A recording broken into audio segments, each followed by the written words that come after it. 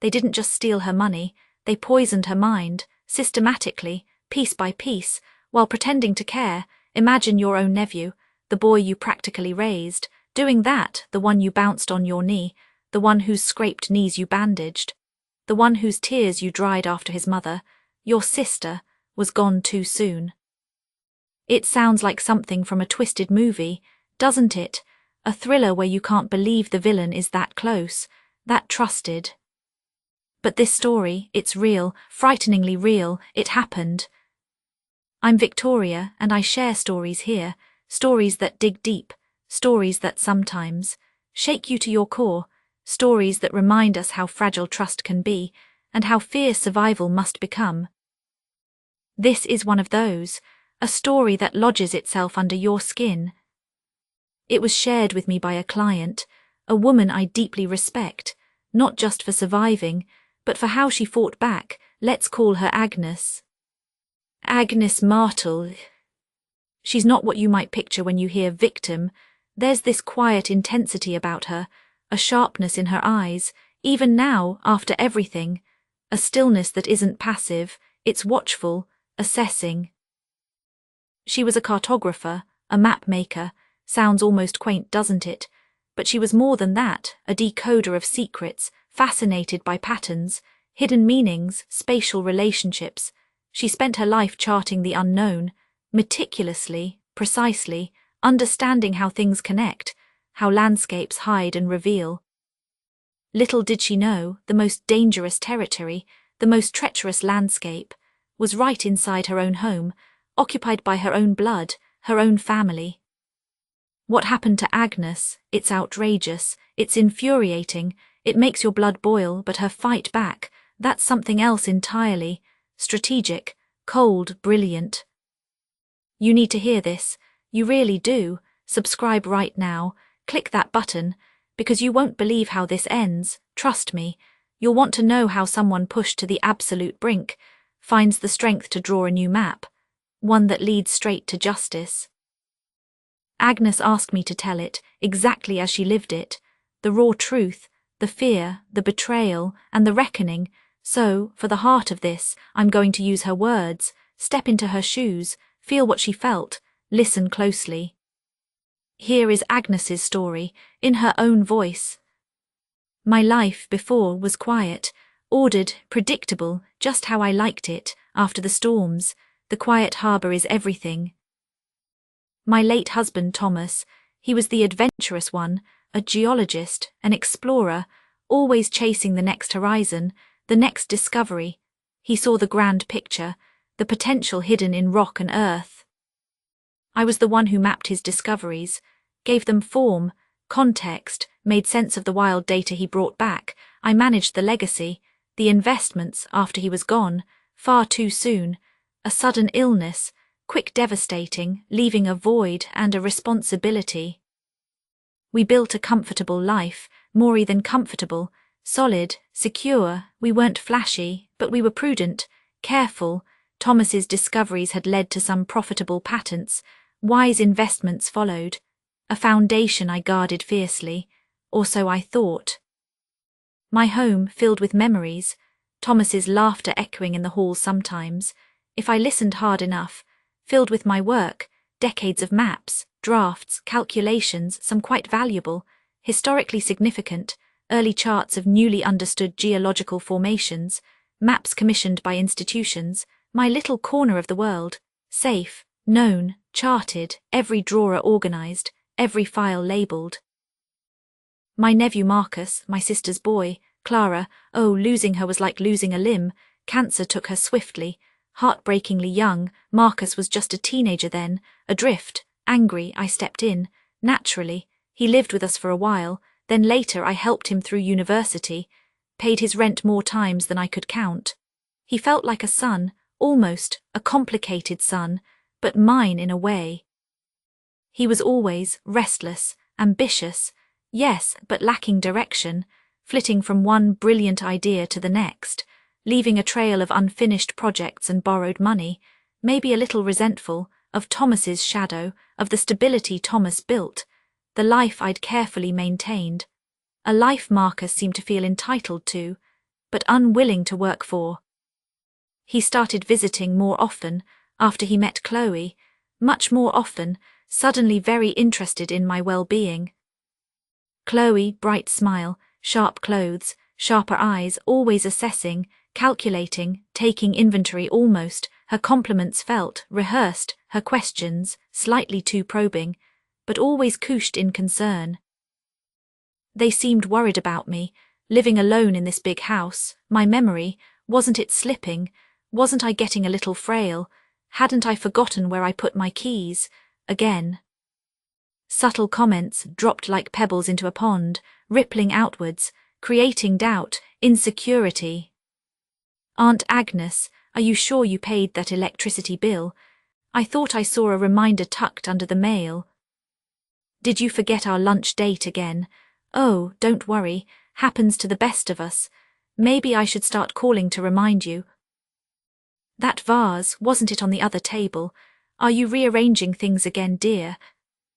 Little things, tiny inconsistencies, easily dismissed. At first, I rationalized them. I was getting older.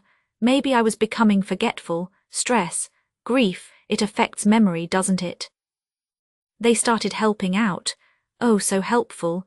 Organizing my papers, sorting through boxes in the attic. So much clutter, Auntie. Let us help you make sense of it all. Handling my online banking for me. It's just easier for us, Auntie. Tech can be so confusing. Let us take that burden off you. Such helpful young people, so thoughtful, bringing groceries, fixing leaky taps, mowing the lawn, weaving themselves into the fabric of my daily life, making themselves indispensable. The trust, it was absolute. He was family, Clara's boy. Why would I ever doubt him? Why would I question their kindness, their constant presence? That was my mistake, my devastating, catastrophic mistake, trusting blood, over instinct, ignoring the faint alarm bells, drowned out by the noise of their supposed affection. It started slowly, insidiously, like a creeping vine, undetectable until it wraps around you, tight, and chokes the life out of you. You don't even notice it growing until it's too late. Things began to disappear, small things at first. A piece of jewelry Thomas gave me, a cameo brooch, vanished from my dresser, a specific first edition of a cartography text, gone from the shelf. I'd search, frantically at first, then with a growing sense of weary confusion, convince myself I'd misplaced them, put them somewhere safe. My memory was getting fuzzy, wasn't it? They told me it was. Then the vitamins, the special blend. Chloe brought them, in a fancy bottle, looked very official, special blend, high potency, imported, apparently, to help with your energy, your focus, Aunt Agnes, she'd said, smiling that bright, empty smile, eyes not quite matching the curve of her lips. Marcus is so worried about you. We both are. We just want you to be your best self. I started taking them, one capsule, every morning, with breakfast. Why wouldn't I? She placed them right beside my teacup. A daily ritual, easy to comply, easy to trust. Soon after, the fog began, not constantly, but in waves, rolling in unexpectedly, thick, disorienting, dizziness, a strange lightheadedness, confusion setting in at odd moments, words slipping away mid-sentence, appointments completely forgotten, conversations becoming hazy, like listening through water, faces seeming distant. It felt terrifying, like my own mind was betraying me, turning into unfamiliar territory, uncharted, hostile, the map inside my head, smudged, unreliable, landmarks disappearing. Marcus and Chloe became even more attentive then, more concerned, their faces etched with worry, expertly performed. See, Auntie, we told you, you're overdoing it, you need these supplements, maybe take 2. You seem quite tired today. Did you sleep well? Maybe we should talk to Dr. Evans, just to check things out, get a professional opinion. They seemed so genuinely worried. Their concern, a performance worthy of an award, so convincing. It fed my own fear, validated my growing sense of incompetence. Then the larger thefts began. under the cover of my supposed decline, while I drifted in their chemically induced haze. My investment accounts, meticulously managed for years, began to shrink, not large chunks that might trigger alarms, but steady withdrawals, thousands here, a few thousand there, transfers to accounts I didn't recognize, fees for services I'd never heard of. It was like death by 1,000 cuts, bleeding me dry slowly, methodically. They handled the mail, bringing it in, sorting through it, just saving you the trouble, auntie. Important bank statements, investment reports, likely intercepted, disappearing before I ever saw them. They screened the calls, answering my phone. "Oh, just another telemarketer, auntie, don't you worry about it," they'd say, smoothly, protecting you from confusing paperwork, from stressful calls. They'd say, isolating me, severing my connections to the outside world, to objective information. My maps, my life's work, my connection to Thomas, to my own identity, they offered to archive them properly, digitally, to preserve your legacy, Aunt Agnes, Marcus said, his voice full of false reverence, sounding so responsible, so caring. "These old papers are fragile, prone to damage. We need to safeguard them for the future." They'd take a batch, carefully wrapped, promise to scan them at a special facility, bring back boxes marked archived, do not open, digital copies available. The boxes felt lighter, somehow, but I was too foggy, too trusting, too convinced of my own failing mind, to question it deeply, to demand to see the contents. The gaslighting was relentless, insidious, a constant drip, drip, drip, eroding my confidence, my reality. Anytime I voiced a concern, a flicker of suspicion, a moment of clarity piercing the fog, it was twisted back onto me, deflected with practiced ease. "Oh, Aunt Agnes, you're imagining things. That money wasn't withdrawn, you just forgot you spent it. Remember that lovely new coat you bought. You're getting confused again. Remember what the doctor said. Stress makes memory worse. You need to relax, let us handle things. Don't upset yourself, it's bad for your blood pressure. We're handling everything, everything is fine." They controlled the narrative, they defined my reality, they controlled my access to information, my own finances, my own legacy. They were slowly, deliberately isolating me, erasing me, while I was still alive, making me a prisoner in my own home, in my own mind. They used my personal details, gathered over months of helping, intimate knowledge gleaned from casual conversations, my mother's maiden name, my first pet's name, the street I grew up on, all those security question answers, shared innocently over tea. They applied for credit cards in my name, took out high-interest loans online, maxed them out on luxuries for themselves, electronics, trips, clothes, the debt piling up, silently, invisibly.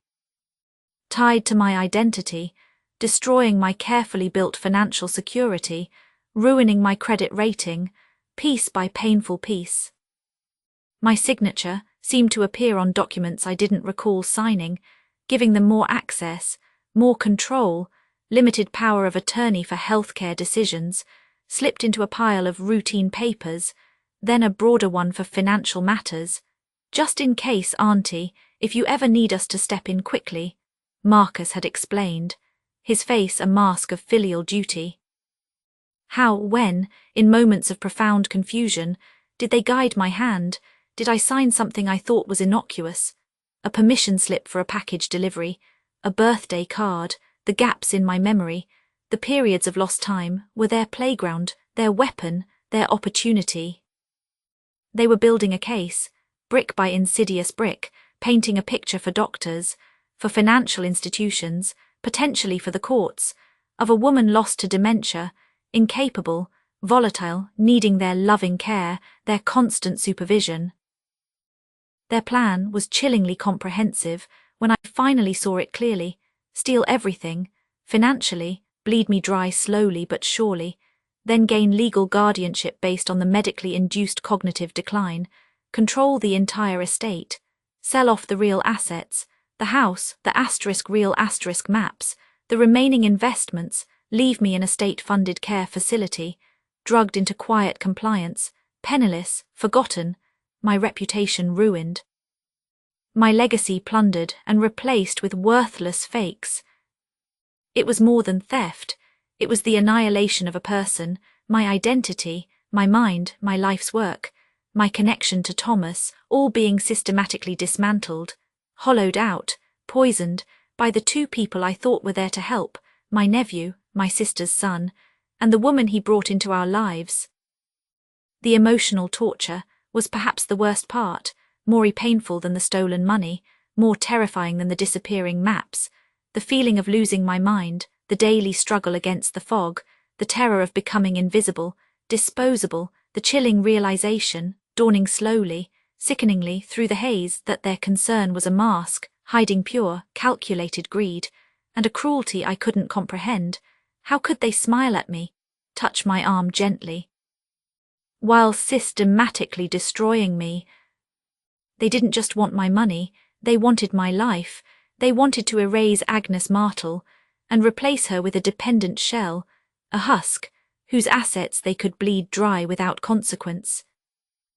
The despair was immense, a vast empty space, opening inside me, where my confidence, my sense of self, my trust in the world, used to be. I felt, adrift, lost in a landscape deliberately distorted, poisoned by those I trusted most. Charting this territory felt impossible. But deep down, buried beneath the fog, beneath the fear, beneath the crushing weight of their deception, something else was stirring, a flicker, stubborn, persistent, of the old Agnes, the map maker, the pattern seeker, the decoder, the woman who understood structure and logic and evidence. My mind wasn't completely gone, it was being suppressed, chemically, psychologically, but it wasn't broken, not yet. It was waiting, searching for a landmark, a fixed point in the swirling chaos. The turning point, the moment the fog began to burn away, it came during a doctor's visit, one arranged, orchestrated, by Marcus and Chloe, Dr. Evans, my longtime physician, but one they had clearly been briefing. They'd prepped him beforehand, I could tell, filled his head with stories of my episodes, my dangerous forgetfulness, my increasing confusion, painting themselves as the dutiful, worried caregivers, struggling to cope. That morning, before the appointment, Chloe had given me an extra strength vitamin, just to make sure you're sharp for the doctor, dear, she'd chirped, pressing it into my hand. We want him to see you at your best, even if you're struggling a bit. The irony, thick enough to choke on. The effect was stronger than usual, much stronger. The world swam, colours seemed too bright, sounds were muffled. My thoughts felt sticky, slow, trapped in treacle. Walking into the clinic felt like wading through water. But through the haze, something clicked, like tumblers falling into place in a complex lock, a sudden, sharp clarity amidst the chemical confusion. It wasn't random. This fog, these lapses, these moments of intense disorientation, they followed a pattern. They were consistently stronger after their visits, particularly after Chloe handed me my special morning vitamin, worse after a new supplement was introduced. Conversely, I felt clearer on the rare days they didn't come by, or when I'd forgotten to take the pill, which had happened accidentally once or twice. The pattern, a cartographer sees patterns. Dr. Evans asked me questions, patronizing, simple, the kind you ask a child. Can you tell me the date, Agnes? Who is the president? Can you count backwards from 20? My answers were slow, hesitant, the fog thick in my head, just as they intended. Then he mentioned an incident, casually, as if discussing established fact, a supposed time I'd wandered out of the house in the middle of the night, confused, disoriented, found by a neighbour, brought back by Marcus just in time, something Marcus and Chloe had apparently reported to him, in great dramatic detail. Something that absolutely, positively, never happened. I would know, even through the fog, I would remember the sheer terror of something like that. But he presented it as fact, citing their asterisk report, their asterisk tearful, worried account, as evidence of my significant cognitive decline. his brow furrowed with professional concern. That felt utterly false. And in that moment, listening to his condescending tone, seeing the smug, pitying look on Chloe's face across the room, the calculated, sorrowful concern on Marcus's, the fog didn't just lift, it burned away, vaporized by a sudden, white-hot surge of pure, unadulterated fury. They hadn't just witnessed my decline, they had caused it. They were manufacturing the evidence, drugging me, methodically, daily, lying to doctors, isolating me, stealing from me, trying to have me declared incompetent, to steal everything. It wasn't just theft anymore. It was assault, it was poisoning, it was a deliberate, malicious attempt to destroy my mind, my autonomy, my very being, for money, for greed. The despair vanished, utterly consumed, replaced by something cold, hard and razor-sharp. Rage, pure, righteous, focused rage. But it wasn't a blind rage, not the kind that makes you scream and flail.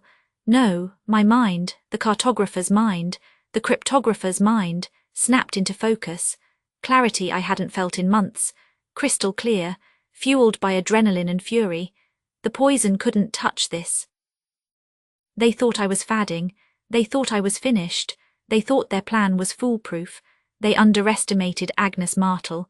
They forgot who I was, what I was capable of. They saw an old woman, frail and confused. They didn't see the analyst, the strategist, the survivor. They made a critical error. They pushed too hard. They revealed their hand with that fabricated story, and they ignited a fire they couldn't possibly imagine, a fire that would burn their lies to ash. I sat there in that sterile office, nodding meekly, appearing confused, even shedding a tear on cue, playing the part they had written for me one last time. But inside, the strategist awoke. The game had changed, dramatically, and I was about to rewrite the map, redraw all the boundaries, expose the hidden dangers. Okay, let's just pause here for a second. Can you even imagine the sheer cold-bloodedness of it? Drugging someone you claim to love, your own aunt, the woman who helped raise you, just to steal from them, just to make your lies more believable. It takes a special kind of monster, a terrifying lack of empathy. This is the point where many people would crumble, completely, give up, sink into the despair. Who could blame them? But not Agnes, that hidden steel, that meticulous mind, the part of her that sees patterns and solves puzzles. It was forged for moments like this. Even if she didn't know it, it was just waiting for the catalyst, the spark of rage. What she did next, it's methodical, it's brilliant, and it is absolutely ruthless. She turns their own tactics, their own assumptions against them with chilling precision. If you're finding this story as compelling, as infuriating as I do, hit that subscribe button right now. You need to hear how Agnes turned the tables, how she meticulously gathered her evidence, how she unleashed a storm of calculated justice. You won't regret it. Now, back to Agnes's account, the fight back begins.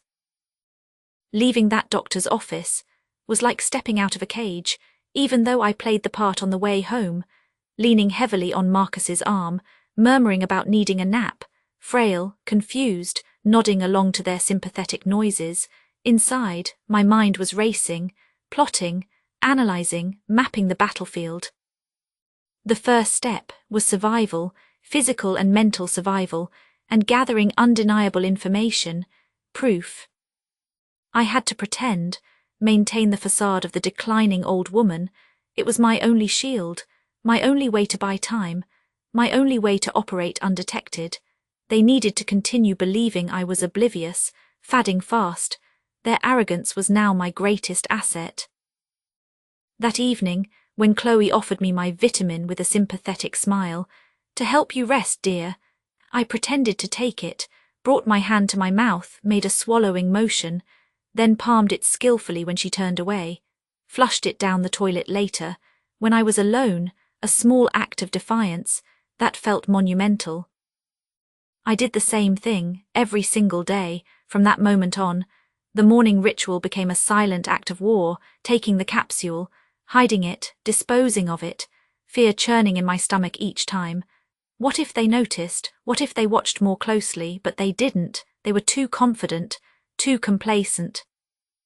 The fog began to lift, slowly, steadily, each day a little more clarity, a little more sharpness, like waking from a long, poisoned sleep. The world gradually came back into focus. Colours seemed truer, sounds clearer, thoughts sharper. My memory started returning, patchy at first, like old maps pieced together, fragments emerging from the haze, but improving daily. The constant dizziness faded, the crushing confusion receded, replaced by a chilling certainty and a burning need for proof, concrete, undeniable proof, the kind that leaves no room for doubt, no escape. They thought they were so clever, masters of manipulation, but they were also arrogant, sloppy in their confidence. They believed their own narrative, their own lies. They truly believed I was too far gone to notice, let alone fight back. They underestimated my resilience, my core intellect. My cartography work, it wasn't just about drawing lines on paper. It was about intense observation, painstaking precision, finding patterns in chaos, understanding complex systems. My cryptography hobby, something Thomas and I shared, that was about codes, hidden messages, ciphers, finding truth beneath the surface, unlocking secrets. These skills, dormant, seemingly irrelevant in my quiet life, were about to become my arsenal, my weapons. I needed to communicate, securely, find allies, get help. I couldn't use my phone, my regular email. I suspected they were monitoring them. Marcus was always helpfully checking my phone settings. Chloe often glanced over my shoulder when I was at the computer. They could likely gain access easily. Maybe they already had. I remembered an old colleague, Dr. Aris Thorne, a genius in cybersecurity, eccentric, brilliant. We'd collaborated years ago on a project involving historical map encryption, shared an interest in historical codes and ciphers. Renaissance cartographers sometimes hid messages in their maps. Aris loved that intersection of history and tech. We hadn't spoken in years, drifted apart after Thomas died, but I knew he valued discretion, intellectual challenges, and puzzles, and I remembered he intensely disliked bullies, exploiters. I needed a way to contact him, without leaving a digital trace they could find. Steganography, hiding messages within other files, an old technique, adapted for the digital age, hiding data in plain sight. I started taking pictures, lots of them, using an old digital camera they probably thought was just another sign of my technophobia. Pictures of my garden, seemingly innocent, flowers, birds, the changing seasons, close-ups of leaves, textures of bark, boring, unremarkable. I used an old, obscure software program, one I still had on a dusty backup drive from that long-ago project with Aris, a program he would recognize, to embed encrypted messages within the image data of those photos. Messages detailing my situation, concisely, urgently, my suspicions, the drugging, the gaslighting, the financial drain, my urgent need for help, for verification of financial trails, for a secure channel, a plea for assistance, encoded in petals and leaves. I uploaded these photos to a public, but very obscure, photo-sharing site dedicated to amateur botanical photography under a new anonymous username, Flora Carto, then, using a burner email account accessed only from the public library computer, during my confused wanderings that Marcus and Chloe sometimes allowed, thinking I'd just get lost or look pathetic. I sent Aris a simple, cryptic email, no names, no direct details. Referencing an old puzzle we'd discussed years ago, involving hidden messages in floral illustrations on a specific 17th century map, hinting at the photo site, the username Flora Carto, and a key phrase related to our shared cryptographic interest, the Da Vinci Bloom cipher, something only he would likely understand, or be intrigued enough to investigate. It was a long shot, a desperate, complex Hail Mary. Would he remember? Would he understand the reference? Would he even get the message in his spam filter? Would he bother to investigate a cryptic note from the past? Days passed, tense, agonizing days. Each tick of the clock amplified my anxiety. I continued my charade, nodding vaguely, forgetting names, letting Marcus and Chloe help me with tasks I could now easily do myself, allowing their smug concern to wash over me, all the while my mind working furiously beneath the placid surface, observing, documenting everything I could remember, every discrepancy, every suspicious action, every lie. Writing it down in a small notebook hidden beneath a loose floorboard in my old map room. I started secretly accessing my online bank accounts, late at night, when they were gone, using incognito browser modes on my old desktop computer, clearing the history meticulously afterwards. It was horrifying, sickening, seeing the relentless bleed, the unauthorized transfers, the loans taken out in my name, mortgaging my future, destroying my security. The scale of it was far worse than I'd feared. Tens, hundreds of thousands, gone. Vanished into a maze of unfamiliar account numbers. Where were the passwords coming from? How did they get such deep access? They weren't tech geniuses. Then it hit me. Marcus, as a boy, curious, wanting to be clever, I taught him about simple ciphers, patterns, word games. We used to make up codes based on family history, significant dates, places Thomas discovered, street names from our childhood. He wasn't brilliant, but he was predictable and deeply arrogant. Arrogant enough to think those old childhood games, slightly modified, were secure enough for his own accounts, especially from his confused old aunt. I started trying combinations, late at night, heart-pounding, variations on family birthdays, anniversaries, addresses, Clara's birthday, Thomas's favorite climbing route coordinates, linked to his known email addresses, his online gaming handles, his social media profiles, trial and error guided by my knowledge of his habits, his ego. And then, unbelievable, I was in, access to his primary email account, then, using password recovery tricks based on info from his email, access to his cloud storage. It was all there, the motherlode, a cesspit of their deceit, emails between him and Chloe, discussing my decline with chilling detachment, mocking my moments of confusion, planning how to expedite the guardianship process, need to get power of attorney finalized before she gets any worse, or strangely better, one message read, coordinating the financial withdrawals, arguing about how to split the proceeds, details of selling my real maps.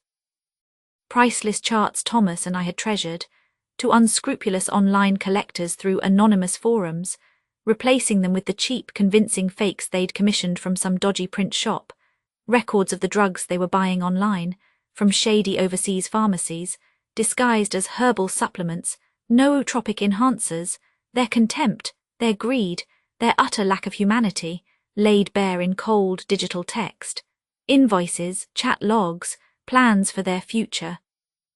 Funded by my destruction.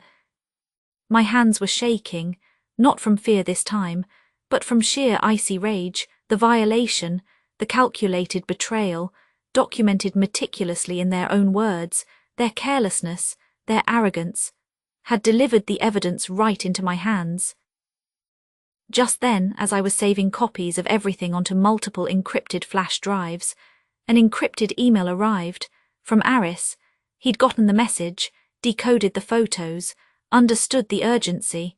The Da Vinci Bloom cipher had worked. He was horrified, professionally outraged, personally disgusted, but he immediately went to work, channeling his fury into action. He confirmed the financial trails, the shell accounts Marcus had set up under false names. He found digital footprints confirming the purchase of the specific sedatives they were using. He began compiling a digital dossier, airtight, forensic-level evidence, tracking IP addresses, cross-referencing transaction times. Packaging it all securely, encrypting it multiple times. He also established a secure communication channel for us, heavily encrypted, untraceable, using protocols I barely understood but trusted him implicitly to manage. We could now communicate freely, plan the next steps. Now I had the proof, mountains of it, Cold, hard, undeniable, digital, financial, chemical, a complete picture of their monstrous campaign. The question wasn't if I would act, but how and when. A simple legal case, calling the police. Yes, charges would be filed eventually. That was necessary, fundamental, but just handing it over to the authorities felt insufficient, too clean, too impersonal, too removed for the depth of their cruelty, for the personal violation, the intimate nature of their betrayal. They had made it personal, intensely so. They tried to erase me, to turn me into a ghost in my own life, fade me out. They preyed on my perceived weakness, my age, my isolation, my love for Marcus. My response needed to be personal, it needed to be surgical, it needed to strip away their masks, their pretensions, their smug confidence, in a way they could never recover from, not just legally, but socially, emotionally. They wanted my legacy.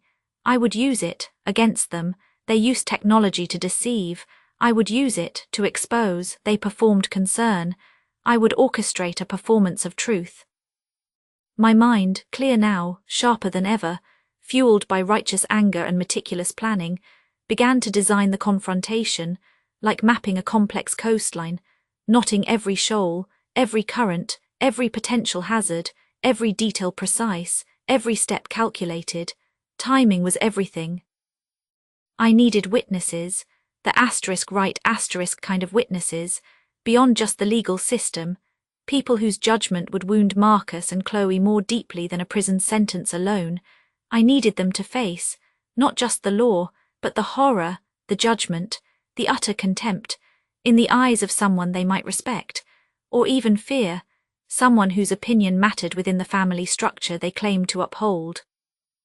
I reached out, using my secure channel to Aris, who relayed the message through untraceable means, to a distant cousin, Arthur Martel, head of a different, more powerful branch of the family, a stern, traditional man, a retired judge, known for his rigid principles and intolerance for scandal, someone Marcus looked up to, perhaps even feared a little. He represented the family honor Marcus pretended to care about. I sent Arthur a carefully worded message, hinting at a serious family matter, concerning Marcus's handling of my affairs, requiring his discreet presence, witness needed for sensitive documents, regarding my future care and the preservation of the Martel legacy. He agreed to come, intrigued, concerned, his sense of familial duty piqued. Then I contacted my lawyer, Mr. Harrison, a good man, thorough, trustworthy, but conventional, unaware of the dark currents swirling beneath the surface. I told him I needed to urgently update my will, my power of attorney documents, citing my failing health, playing directly into the narrative Marcus and Chloe had so carefully constructed for the world. I emphasized the need for clarity, for securing my future. I asked him to attend a family meeting at my home, to finalize everything, to bring all necessary paperwork. The stage was being set, the players summoned, the trap baited. I arranged the meeting for a specific afternoon, telling Marcus and Chloe that Mr. Harrison, my lawyer, was coming, to discuss the next steps for my care, finalizing the power of attorney, given my obvious decline, and that cousin Arthur was surprisingly planning to drop by around the same time. What a coincidence, but perhaps good to have him there, as family, to witness everything, make it all official and above board. They bought it completely, hook, line and sinker, smug, confident, exchanging triumphant glances when they thought I wasn't looking, believing this was the culmination of their plan, the final legal step towards total control. They probably thought I was smoothing the path for them, making it easier, the poor, confused old dear, finally accepting the inevitable, handing them the keys to the kingdom. The day arrived, clear, bright, a perfect, beautiful autumn day, sunlight streaming through the windows, illuminating the dust motes dancing in the air, a perfect day for an execution of their lies, their plans, their futures. I made sure I looked the part, a little frail, leaning on my cane more than usual, slightly tremulous hands, dressed in muted colours, beige, grey, blending into the background. I let Chloe fuss over me, fetch me water, plump my cushions, arrange a shawl over my shoulders. Her touch felt like ice, like a snake's skin, but my face showed only placid, slightly vacant acceptance. Arthur arrived first, punctual, imposing, stern, watchful. He greeted Marcus and Chloe coolly, politely, but with a clear reserve, his presence clearly making them slightly uneasy. Good, let the tension build.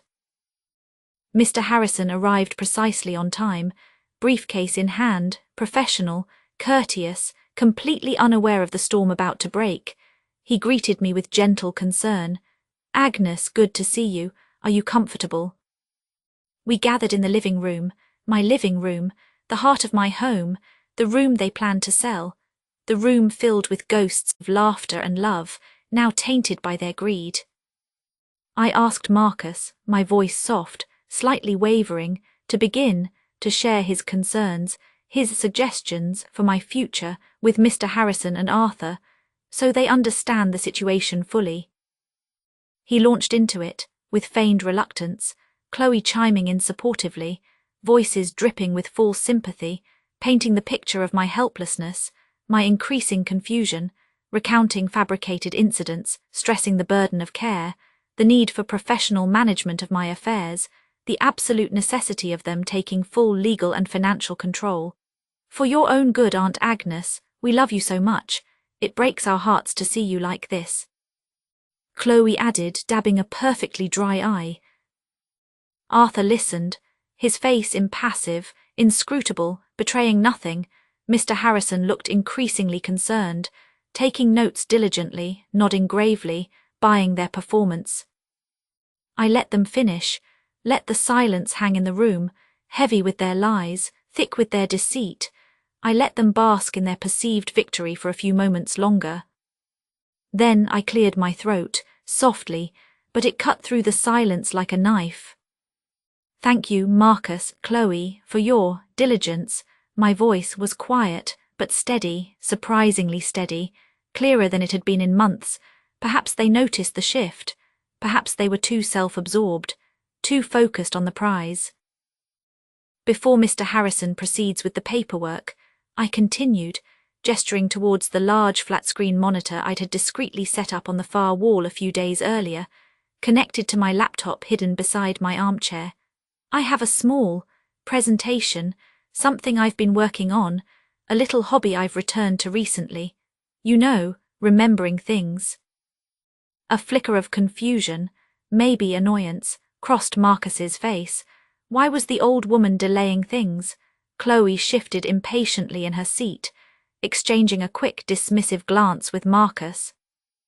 "It relates to patterns and hidden meanings," I said, meeting Marcus's eyes directly, holding his gaze, a spark of unease, finally, in his eyes. Did he remember our childhood codes? Did he sense the trap closing? With a deliberate click of the mouse in my lap, the screen came to life, bright, sharp, impossible to ignore. Not garden photos, not abstract patterns. The first image, stark and clear, an email between Marcus and Chloe. Subject, "I supplement schedule."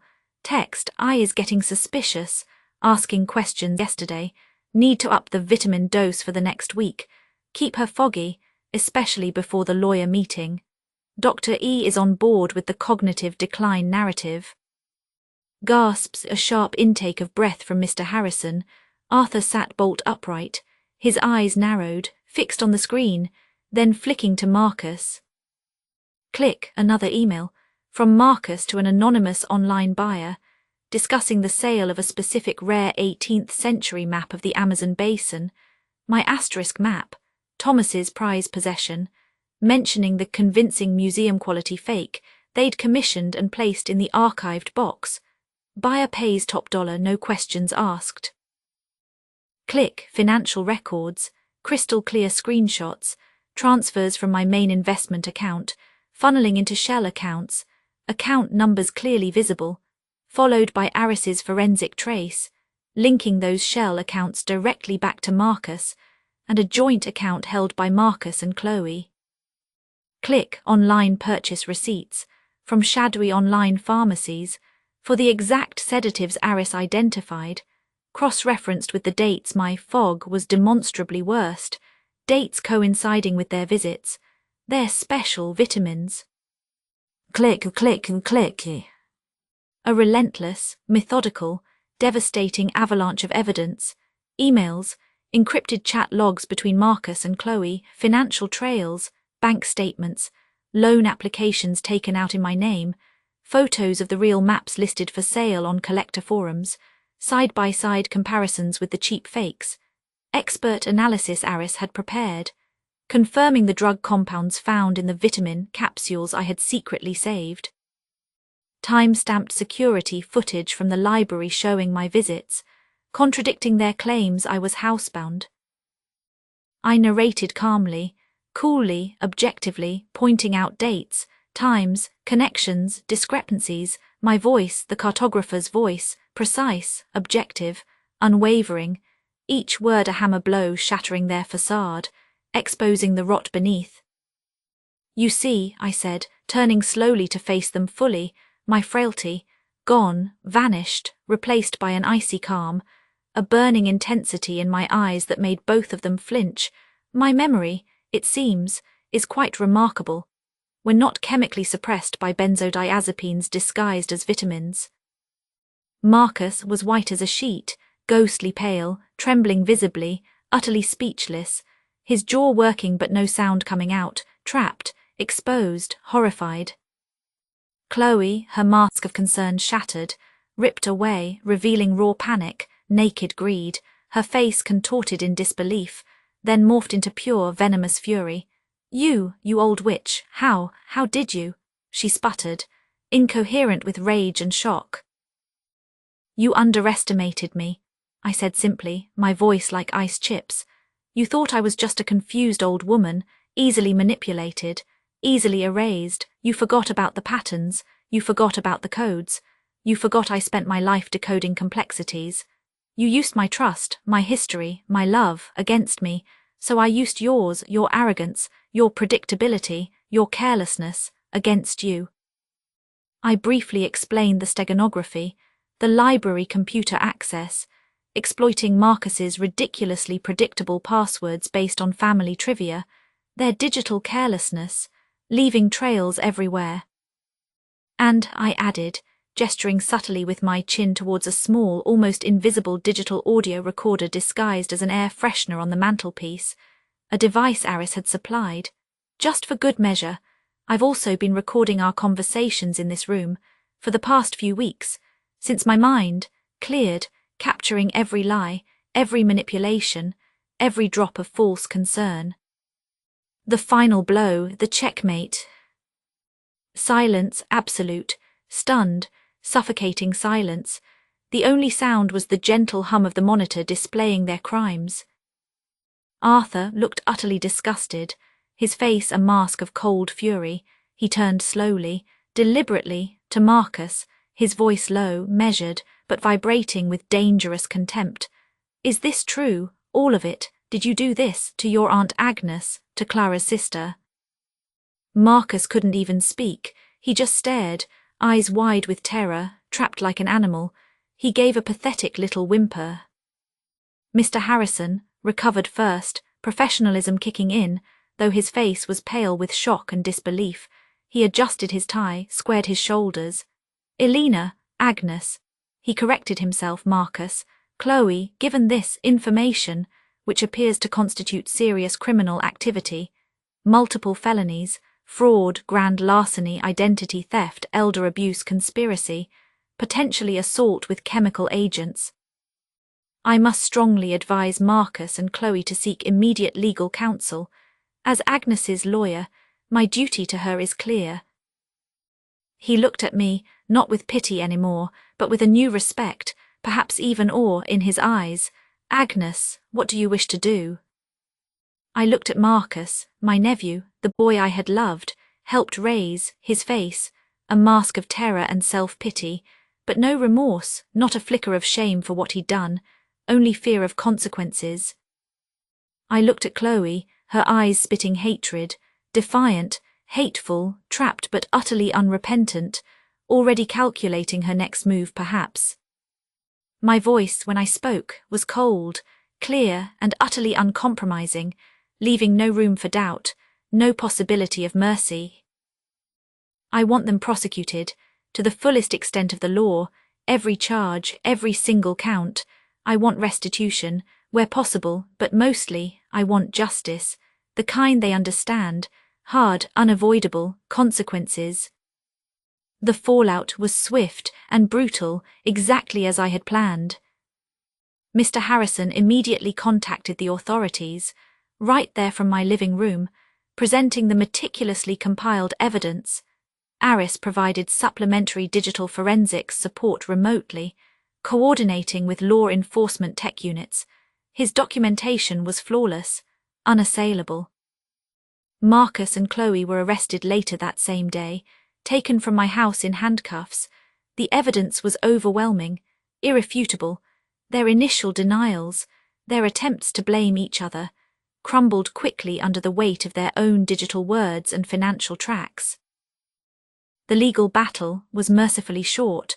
They had no credible defense, faced with the mountain of proof, the audio recordings, the financial data, the toxicology reports from the saved vitamins. They eventually pleaded guilty to a raft of charges: aggravated identity theft, multiple counts of grand larceny and fraud, conspiracy, felony elder abuse, assault, the drugging, the premeditated poisoning, elevated everything, horrified the judge.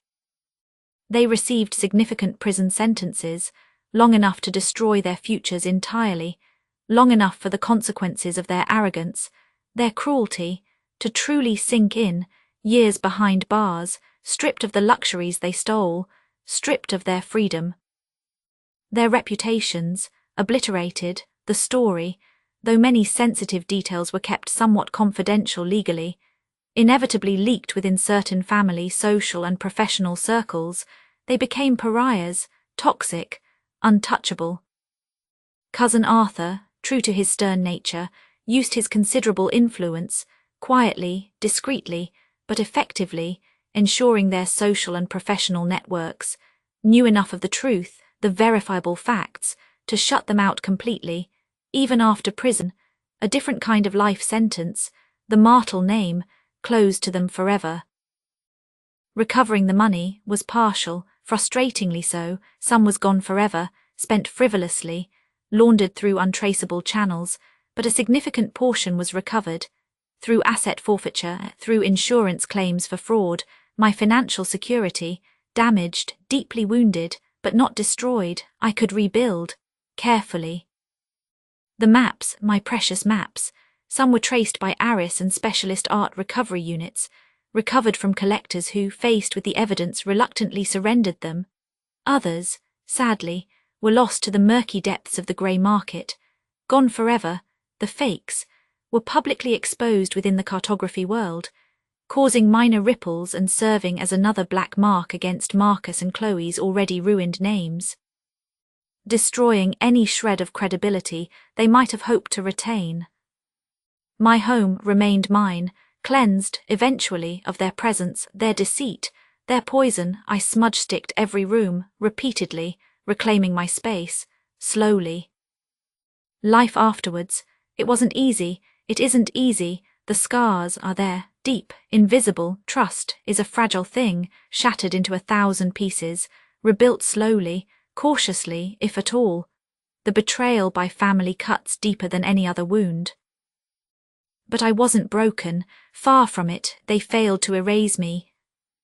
The fire that ignited in that doctor's office, that righteous fury, it didn't consume me, it forged me into something stronger, warier, yes, much more cautious, but sharper, more focused, more determined than ever before. Maury myself, in a strange way. I became involved, discreetly, anonymously, in advocacy groups, online forums, fighting elder abuse, financial exploitation, particularly the insidious threat of familial perpetrators, sharing my story, anonymized, carefully scrubbed of identifying details, hopping to warn others, empower them to recognize the patterns, the subtle red flags, before it's too late. My mind is clear, sharp as a cartographer's finest pen. My work continues, restoring my map collection, authenticating, cataloguing, creating new charts, mapping new data, finding solace in structure, in logic, in the beauty of well-rendered information, and yes, indulging my love for cryptography, creating complex puzzles, layered ciphers, just for the intellectual satisfaction of knowing I can still decode and encode the world around me. That my mind is my own, sharp, resilient, unconquered. They tried to steal my legacy, my identity, my future. Instead, they revealed its true strength, not just in maps or money, but in resilience, in intellect, in the righteous fury that can turn a victim into a victor. They thought they were writing my final chapter, a sad, predictable tragedy of decline and loss, victimhood. Instead, I seized the pen, wrested it from their greedy hands, and I wrote an ending of justice, cold, calculated, and complete, an ending they never saw coming. My name is Agnes Martel, and I am not easily erased. Wow, just wow, take a breath.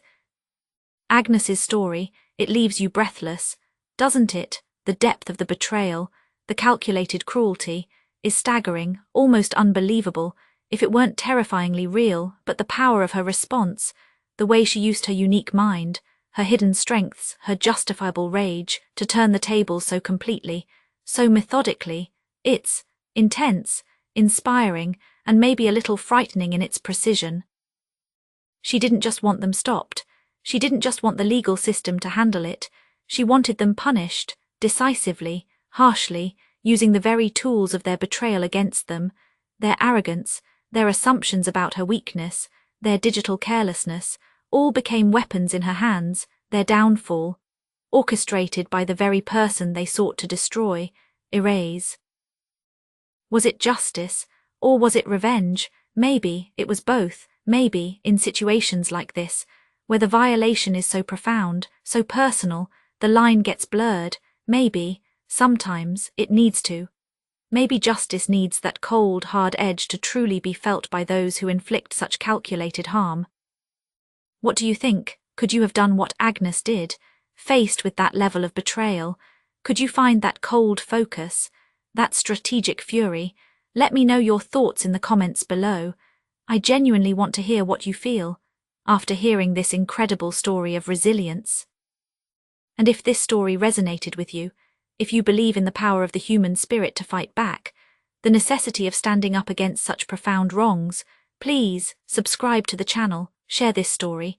Someone out there might be feeling trapped, might be doubting themselves, might need to hear it, might need to know that even in the darkest, most disorienting circumstances, there's always a way to rewrite the map, to find your way back to yourself, stronger than before. Thanks for listening. I'm Victoria, and I'll be back soon with another story you won't forget. Take care, stay vigilant.